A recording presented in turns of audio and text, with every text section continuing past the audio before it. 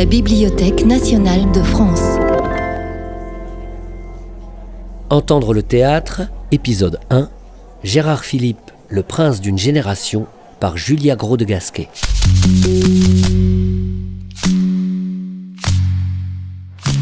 Et lorsqu'on te fera de ces récits hideux qui t'ont empoisonné, réponds ce que je vais te dire. I am that I am. I am that am I. Am I that am?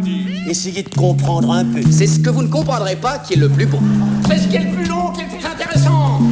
Et c'est ce que vous ne trouverez pas amusant qui est le plus drôle. S'il est une voix identifiable par son timbre, par sa résonance, son appui, son style et sa couleur, c'est celle de Gérard Philipe, un acteur à l'incroyable dimension romantique qui se glissait dans la peau de personnages eux-mêmes symboles du romantisme. Véritable icône d'une génération, Gérard Philipe meurt en pleine jeunesse, à 36 ans, foudroyé par un cancer. Comme si l'acteur, pour toucher au mythe, se devait de rester jeune éternellement, quittant la scène au sommet de son art. Julia Gros de Gasquet est maître de conférences et comédienne. Elle explore le parcours de Gérard Philipe, tour à tour romantique et engagé politique, et révèle la trace qu'il a laissée. Julia Gros de Gasquet. Quand on travaille sur la question de la voix au théâtre, celle de Gérard Philipe, on ne peut pas l'oublier, parce qu'elle est mythique. Et quand on écoute ces voix-là, en fait, on les fait revenir. Donc, si je vais immédiatement au but, et un peu follement, je dirais que écouter ces voix-là, c'est les évoquer, au sens latin du terme, évocare, faire revenir d'entre les morts. Et c'est ça que je trouve magnifique quand on écoute des voix, c'est qu'on les rend, tout à coup, parce qu'on les écoute, ces archives qui dorment et qu'on pourrait ne voir jamais plus entendues, tout à coup, c'est comme si on faisait revivre ces figures-là. Oh mon Dieu, n'est-ce pas que je puis vous bénir? Gérard Philipe interprète Ruy Blas de Victor Hugo, mise en scène par Jean Vilar en 1954 à Chaillot. Que vous avez laissé la vie lui parvenir, que vous m'avez aidé, vous Dieu bon, vous Dieu juste, à protéger cet ange, à déjouer sa luste, qu'elle n'a rien à craindre, hélas, rien à souffrir, et qu'elle est bien sauvée, et que je puis mourir. Sa manière de phraser l'alexandrin était à la fois parfaitement orthodoxe et tout à fait nouvelle. Orthodoxe parce qu'il respectait les manières de faire, de dire, donc selon les usages d'une diction de l'alexandrin dans les années 50. Donc voilà pourquoi il y a énormément de liaisons, une attention portée vraiment à la prononciation de toutes les syllabes. Et en même temps, parce qu'il y a ce travail de la voix, ses capacités d'intonation, ici presque au sens musical, c'est vraiment des hauteurs de voix qu'il peut donner à certains passages. Aucun comédien n'avait fait ça avant lui. Donc il a été créateur de ce point de vue-là. Adieu Camille. Retourne à ton couvent. On ne badine pas avec l'amour d'Alfred de Musset, joué au Théâtre National Populaire en 1959, l'année de sa mort. Et lorsqu'on te fera de ces récits hideux qui t'ont empoisonné, réponds ce que je vais te dire. Tous les hommes sont menteurs, inconstants, faux, bavards, hypocrites, orgueilleux ou lâches, méprisables et sensuels. Toutes les femmes sont perfides, artificieuses, vaniteuses, curieuses et dépravées. Le monde n'est qu'un écrou sans fond, où les phoques les plus informes rampent et se tordent sur des montagnes de fange. Mais le fait est que sa voix, c'est pas une très belle voix, c'est une très grande voix. Oui, c'est pas une jolie voix, c'est très différent.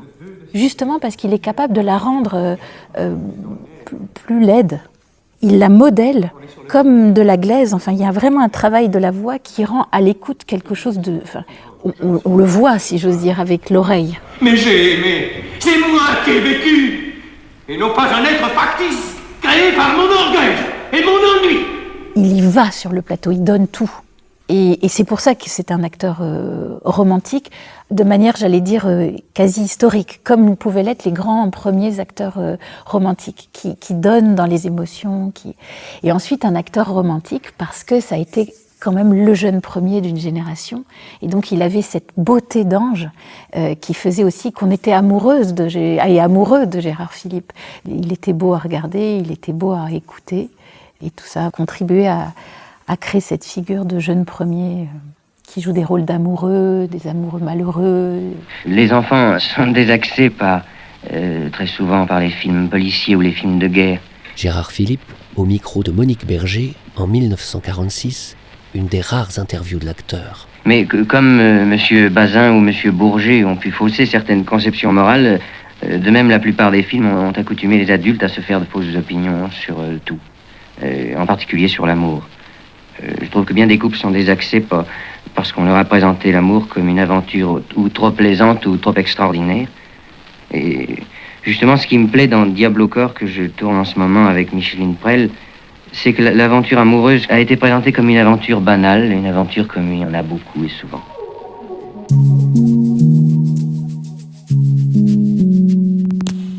Dans les années 50, en France, Gérard Philipe est un homme engagé, compagnon de route du PCF, qui a milité au sein du Mouvement pour la paix et qui prend la direction du syndicat des acteurs. Le comédien devient aussi le militant. Julia Gros de Gasquet. Ce qu'il faut bien comprendre, c'est que dans les années 50, quand Gérard Philipe s'engage syndicalement, c'est un acteur qui s'engage pour toute une profession. C'est aussi pour les techniciens, pour tous ceux qui font le spectacle vivant. Donc cet engagement, il est important à entendre aujourd'hui, parce qu'il ne faut jamais oublier que le spectacle vivant, c'est un ensemble, ce sont des équipes qui coopèrent. Ensuite, sur le plan intellectuel, je dirais, son engagement le porte à lire tout un tas de textes, mais notamment les textes de Marx. Et là, ce qui était intéressant, c'était à la fois pour ce que ça voulait dire politiquement, d'un engagement qui est le sien, mais aussi pour ce que ça voulait dire esthétiquement. On a la possibilité d'entendre la voix jouant et la voix lisant. Et c'est deux voix assez différentes. Chaque crise détruit régulièrement non seulement une masse de produits déjà créés, mais encore une grande partie des forces productives déjà existantes elles-mêmes. Une épidémie qui, à toute autre époque, eût semblé une absurdité, s'abat sur la société, l'épidémie de la surproduction. Quand on entend Gérard Philipe dire un extrait du Capital, qu'est-ce qu'il nous dit ? Qu'est-ce qu'il transmet ? Qu'est-ce que cette voix nous transmet ? Comment est-ce qu'il lit ? Il n'y a plus les émotions, c'est plus l'acteur romantique dont je parlais tout à l'heure, justement. C'est un acteur qui décortique un texte, une traduction en plus, qui est assez charpenté syntaxiquement, et qui, tout simplement, se fait passeur. Et ça, c'est du grand art. Quand justement l'acteur n'est pas un écran, enfin il joue un personnage et au fond il s'interpose entre le personnage et nous par la puissance de son art, mais quand tout à coup, d'une certaine manière, il accepte de se mettre en veilleuse, quand il est simplement le passeur d'un texte. Mais la bourgeoisie n'a pas seulement forgé les armes qui la mettront à mort, elle a produit aussi les hommes qui manieront ces armes, les ouvriers modernes, les prolétaires. Par les temps qui courent, entendre Marx dit par Gérard Philipe, parlant de la Révolution française, je trouve que cette simple écoute de quelques minutes, ça fait faire des bonds politiquement à l'auditeur. Ça permet de comprendre des choses incroyablement vite, en une fraction de seconde. On comprend la nécessité des soulèvements ou la raison d'être des soulèvements. Et comme il est passeur, il nous permet de réfléchir. C'est d'ailleurs ce qu'il ne nous permet pas de faire quand il est acteur. Quand il est acteur, je crois pouvoir dire, mais il faudrait partager, mais qu'on est emporté. Il y a quelque chose d'un tourbillon, on est pris. Quand on l'écoute dire Marx, on vibre moins. En revanche, on a l'intelligence plus aux aguets.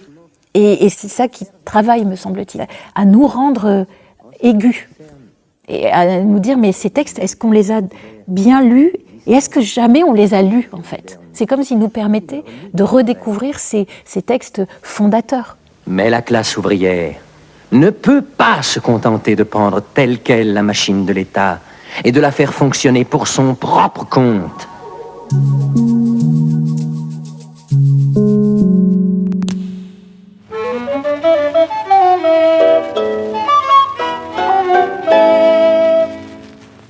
La cuisse. Poème du XVIe siècle de Jacques Lelieur. Cuisse où j'ai longtemps prétendu, plus ferme qu'un fort arc tendu, cuisse plus dure que le marbre, le soutien et le gros de l'arbre, cuisse sans cas, cuisse sans scie, qui porte fleurs et fruits aussi, cuisse qui soutient la pelote, je n'oserais dire la motte, qui par nature est décorée d'autres toisons que la dorée. Qu'est-ce que moi, qui n'ai jamais entendu, j'allais dire in vivo, la voix de Gérard Philipe, comment est-ce que je reçois tout ça ? Et quand je dis moi, à travers moi, c'est tous ceux qui sont de génération qui malheureusement n'ont pas pu l'entendre. C'est malheureux. C'est que là, on se rend compte qu'on appartient au temps qui est le nôtre et ces temps encore relativement proches, mais qui sont déjà tellement loin de nous. Comment est-ce qu'on peut s'approcher de ce temps perdu ? Écoutez bien. Pierre et le loup, 1956. Voici l'histoire de Pierre et le loup. Une histoire pas comme les autres. Une histoire qui vous sera contée en musique et par les instruments de l'orchestre. Sans doute que sa voix appartient à l'histoire, mais on est nombreux à avoir écouté Pierre et le loup ou avoir écouté Le Petit Prince dans la version de Gérard Philipe. Donc il y a quand même quelque chose aussi de cette voix qui, par les générations et par le jeu des enregistrements, est parvenue aussi aux générations... moi j'ai fait entendre sa voix aussi à mon enfant, donc je pense que c'est aussi la raison pour laquelle il nous a tant marqués.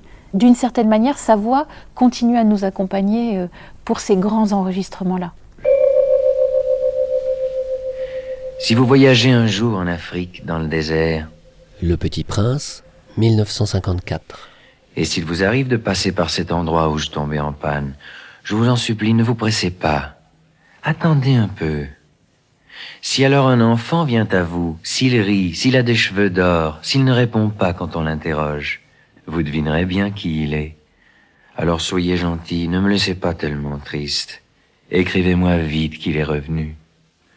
Gérard Philipe est mort très jeune.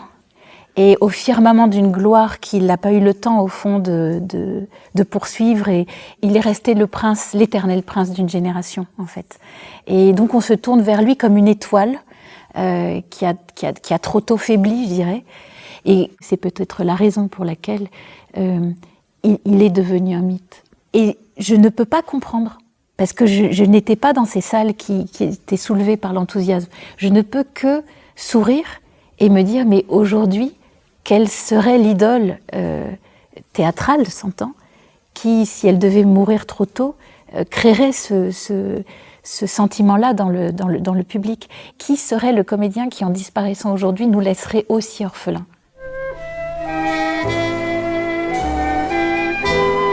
Vienne la nuit, sonne l'heure, les jours s'en vont, je demeure.